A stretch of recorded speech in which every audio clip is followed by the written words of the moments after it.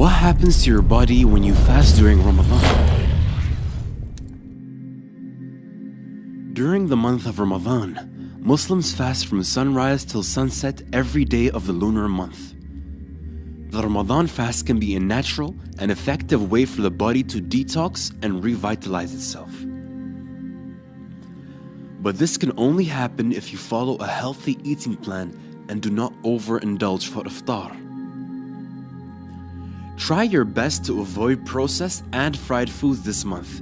Since we only have a few hours available to eat and drink, it's very important that we make the food we eat really count.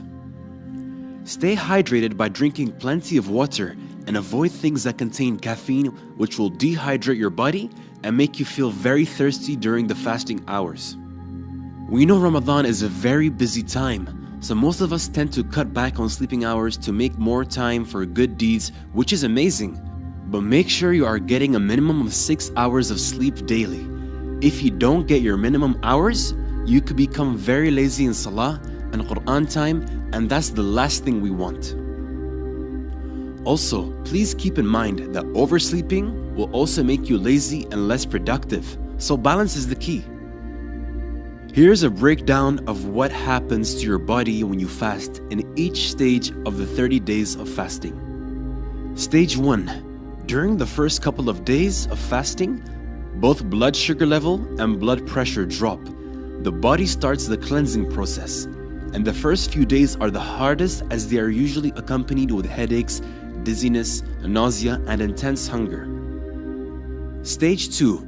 During the second stage, the body becomes accustomed to the fasting schedule and the digestive system is able to rest.